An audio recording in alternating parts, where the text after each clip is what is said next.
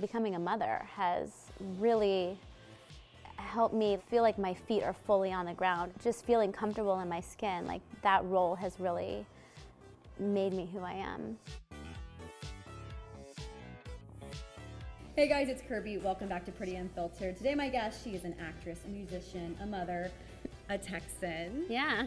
A Texan, and now she is designing eyeglasses with GlassesUSA.com. It's Hilary Duff. Hey, Hello. Thanks for coming. How are you? Thanks for being on the show. I'm so glad I get to chat, some girl chat today. Always like chatting with you. Growing up, I looked to you for so many social cues in my life, whether it was beauty or what to wear or how to talk to a crush. And I feel like that was like a really difficult time for me to navigate, but I think, wow, you were navigating that in the spotlight. How did you get through that as such a young woman, and how do you think it's made you the woman you are today? As much as I think people came to know me on Lizzie McGuire, I was that character. Like, that was so me. I was awkward. I was like normal and nice and just trying to figure it all out without like falling on my face, physically, not internally. But I think I really got the opportunity to be myself and have people accept that. And that was like part of, I think, something that kept me sane, was like, it was authentic. Yep. And it is authentic.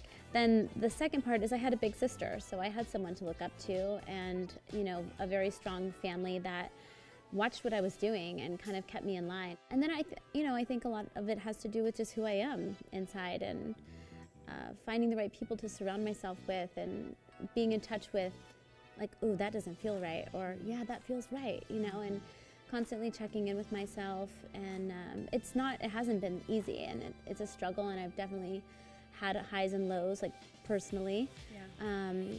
And then like becoming the woman I am, honestly, becoming a mother has really helped me feel like my feet are fully on the ground, and I know exactly who I am and what I need to do and how I need to do it and when and why. Just feeling comfortable in my skin, like that role has really made me who I am and made me happy, you know? Yeah, because you have to account for another person. Yeah, and it's a big responsibility. Exactly. I remember looking at Luca like, okay, I keep you alive now. Like, this, can't mess this one up, you know? Exactly. But also through that, like outside of him, like becoming my own person again out of motherhood, like I feel like that took a few years. But it's been a really cool journey, and I have had such a long career. When I look back, I'm like, who is that girl, you know, and who am I now? Like, it all feels like I just turned 30 in September, and I've never felt better. I love that you mentioned finding yourself outside of motherhood. Mm-hmm. What do you think really helped you with that, finding yourself? I think honestly time really helped. You know, motherhood is scary at first. You know, there's so much to do, there's so much responsibility, and you put so much pressure on yourself at being good at it right away and doing everything right, and that's just not reality. So once the dust kind of settles and the newness wears off, you're like, oh, I got this, I can do this, you know, we're built to do this. Exactly. And then taking time for yourself, like spending time with your girlfriends and going out and feeling like a person and a human outside of just being a mom. As much as like I'm obsessed with my child, you're like, oh, it's you and me, like Forever. never a minute, like, you know, it's like very intimidating at first, and then obviously it feels rewarding and amazing and great, but like there's struggle involved in that. So I want to talk about body positivity. I think that you are such a great inspiration in terms of being a woman and having curves and showing them off, but then also you get so much scrutiny. I feel like people love to criticize anybody in the media, and I can't imagine going through that, being proud of your body and then having some troll on the internet saying, wow, there's this. Yeah. How did you get to the point where you were like, I'm sick and tired of this, and it's time to stand up and change the narrative here? I'm like, am I there yet? I don't know. Every day is different. Some days I'm like feeling great and like I can take on whatever anybody has to say or whatever I may be feeling about myself, and other days not. Like, you know, we're women, and half of the month we may feel like fire, and the other half of the month we're like, can't get it together. But what are you gonna do? I think that's like the attitude now. It's like, I feel comfortable and I feel good, and when I don't, I make changes, and I don't care what anybody thinks or has to say about me. They don't live in this skin, and I do. And so, you know, I think that now we're finally getting to a point where we're embracing like being an individual and not all being the same size and having the same look and hair or whatever. Individuality is like starting to come forth and be looked upon as a great thing. Exactly. So has there ever been a turning point in your life where you thought, okay, this thing or this part of my career or this part of my personal life isn't serving me anymore, I'm not happy, and you made a change and it ended up being a huge risk but being for the better? You know, when I was a lot younger, I was like touring, and I also had a clothing line, and it was massively successful, and I just lost interest in it. Like I kind of lost control over it, and I was like, that's not my style anymore. They're not letting me evolve here, so I'm gonna like shut it down. And everyone thought I was insane for shutting it down.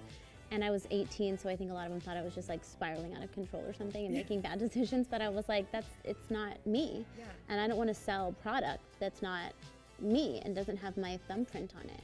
So that was like a big decision that I feel like I had to make.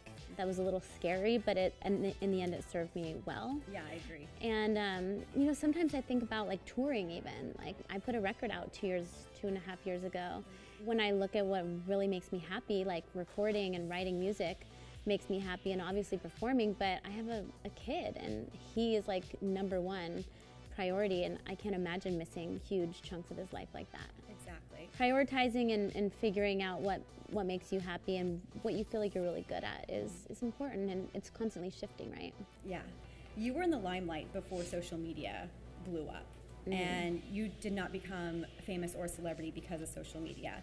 Do you feel like there are parts of social media that have benefited you? And then what are the cons to being accessible 24/7 all the time, not only by fans, but by people who just want to look at pictures of you on the internet? I haven't figured out exactly what I think about it all just yet. Yeah. I was really late to the bandwagon when Twitter came out. I didn't join for like 2 years. Yeah, me either, actually. And because I was like, what is this? Like, who cares? Now I'm obsessed with Instagram, and I love it. But also, yeah, it's a very weird, like, we're showing to who, to what, for what, like, but then there's also like, that's part of my business, you know? So I think I do a good job of like, I won't post for a whole weekend, or, you know, I just am feeling uninspired, or like I'm not wanting to camp on my phone.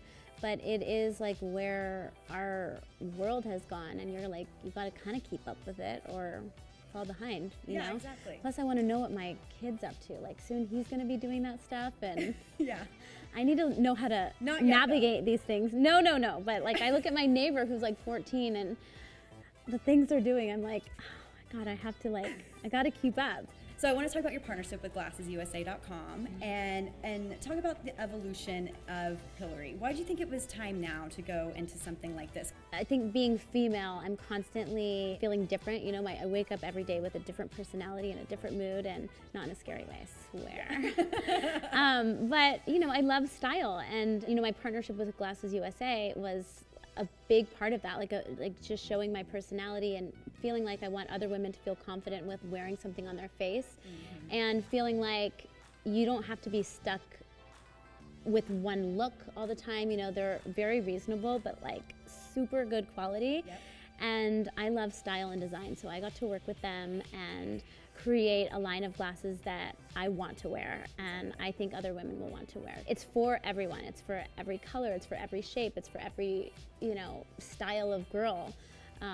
And it was just a really creative process, which I think I yearn for. Yeah, that's what's really fulfilling for me. I love them. They're I think so they're fun. So cute. One thing I learned about them was that they were named after important leaders that were women in history. So why did you feel the need to go that route? Because I think it's really, really cool. Thank you. It just kind of hit me one day, like we're in such a strange time, but there's a lot of spotlight on women, as there should be. And I feel like women are strong and powerful and deserve and need to be heard.